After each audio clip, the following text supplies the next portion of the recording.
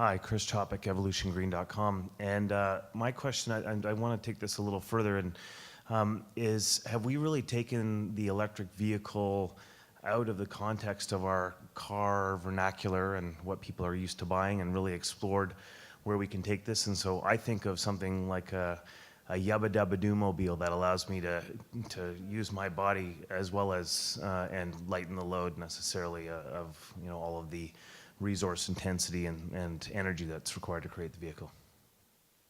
People have talked about human gas hybrids or tribrids, but I don't know if we need. The only comment I would make about that is, and again, going back to Sevag's presentation, he talked about this net zero neighborhood, right, or community. In a community like that where you have a lot of local resources in terms of your food needs and other things, you have a lot less need for transport, for one thing. But also, as we are becoming more urbanized, we can look at actually different types of vehicles. And GM did this project with Segway, where they made this basically two-person Segway with a cabin over it, and they were driving it around New York City. And that's not tomorrow's mass market vehicle, but is it part of our future? I think so. Yeah, and in Auto Future Tech 2 years ago, we had a session about car connectivity, and cars are inexorably becoming more electric and computerized and more like personal mobility appliances. So I think that is a direction. I mean, some people forecast that is the big game changer, the car connected on an energy IT grid. I think that's off to the future, but that is a definite pathway that folks are exploring. Next question, please. Hi, I'm Romilly Cavanaugh with Offsetters.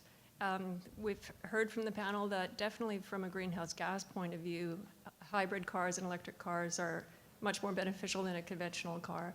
And we encourage our clients to switch their fleets over into that direction. But sometimes we get a question back, okay, if we look not just at greenhouse gases, but at the overall impact of these cars, is there a way to explain to clients that you've kind of touched on the issue of the rare metals, but there's a perception amongst some people that, okay, on the greenhouse gas side, they're definitely better, but overall, can you make the case that they're better? Talking about air quality. All of those things, like the manufacturing side of it, the extraction of the rare metals, the whole package, not just the greenhouse gas side. I'll touch briefly on it. I think that that's definitely important, and when you're doing any life cycle assessment, obviously greenhouse gases and energy use is just one piece. You also want to think about water use, land use, eutrophication, photochemical smog, a whole host of issues that arise from making things. I think it's difficult to communicate that individually to a client because each client might have different preferences and needs. One client might want to save more water, one client want to have more land availability. I think overall, it would be important to have a thorough life cycle assessment. However, most of the impacts that we're talking about usually track energy use. And if we can use energy as a proxy for the rest of these damages, then we can probably, within the range of uncertainty, say that we're doing okay with plug-ins and EVs versus our conventional fleet.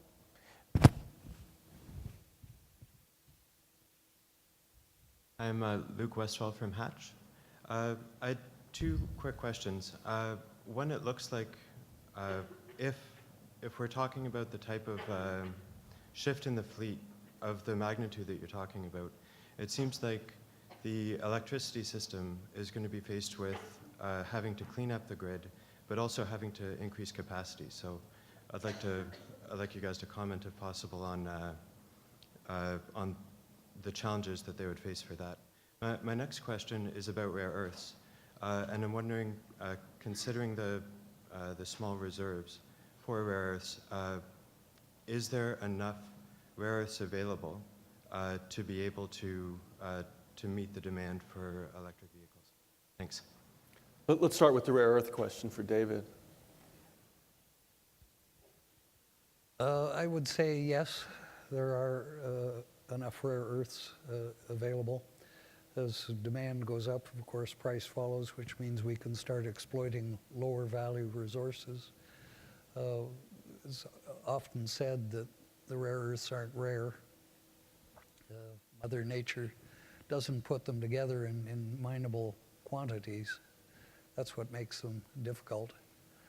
They are widely distributed, more so than copper. And the winning of those rare earth metals from a wider disseminated distribution is going to cost more. But the supplies are essentially there. But wasn't there maybe 2 or 3 months ago a bit of a scare when China announced that they were going to be using, you'll have to help me on the name of the exact rare earth metals, but essential earth metals for the use in motors primarily, and a little bit in batteries. So they said they were going to use them for domestic, meaning Chinese use, rather than allowing them to be exported, and that created a stir. So is it that they're available, but they're behind national lines that could create difficulties in accessing them? This is a good point. To back up for a moment, the rare earths are essential to your nickel metal hydride battery, for example. M is for rare earths, if you will. The one that you couldn't twist your tongue around, neodymium, Neodymium. is a light rare earth. It's readily available. The problem when you start building the neodymium iron boron magnet, which has 100-fold the strength of a ferrite magnet with attendant energy efficiencies. As the strength of the magnet goes up, its Curie temperature goes down. As the Curie temperature goes down, you come to a threshold at which magnetism goes away. That's the Curie temperature. In the underhood application of a magnet where you have, in particular, a hybrid car, you could pull out to pass somebody on the highway and your electric motor would turn to a piece of junk. It's just an alloy, it's no longer a magnet. That's countered by 2 other rare earths, terbium and dysprosium, which raise the Curie temperature and make your electric car much more viable. So you're not seeing that as the national and trade issues as being an obstacle? Mother Nature was not kind to us. The rare earths are not equally abundant. They start at what we call the light rare earths and end with the heavy rare earths. There are some 17 of them. The world could be awash in light rare earths. That includes neodymium. Whereas China is producing perhaps 125,000, 130,000 tons of rare earth oxides a year presently, between 2 Australian companies and the former producer in California. In the past month, they've announced an 80,000-ton objective. Okay, so when the market calls for it, it will... Problematic is it's all light rare earths. They don't contain the terbium or dysprosium, and China is a unique supply to those 2 elements. And they reversed their policy as soon as they said that they were going to prohibit it. Well, we probably should move on. Of course, they would rather build an electric car and sell it to you rather than have you manufacture it here in Right. the States or Canada. Right. So, and then the other question, I'll just cover really quickly because we did discuss it last time. It seems that the capacity for the grid to provide all these future millions of electric cars, it becomes more of an issue the more local it gets. So at the broadest generation level, yes, there's capacity, but when it comes down to the transformer level in a neighborhood, if at exactly the same time, 5 or 6 different cars all plugged in at the same time, it could burn out transformers.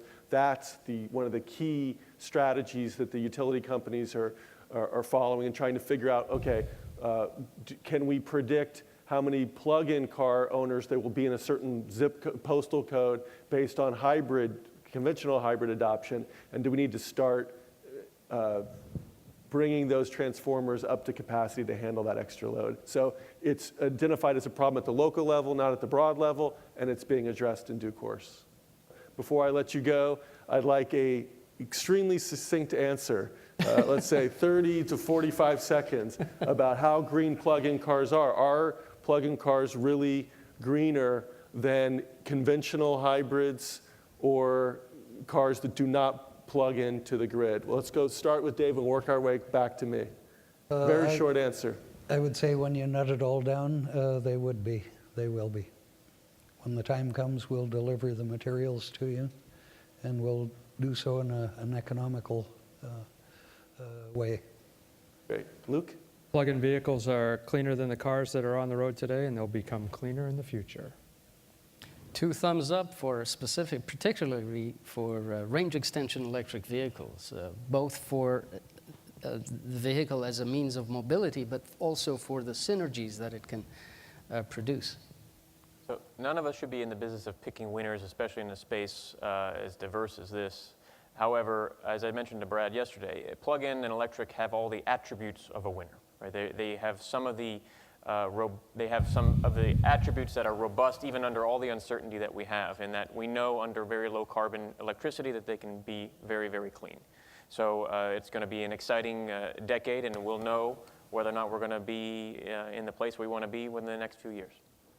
With that, I'd like to thank our panelists. Everyone give a round of applause.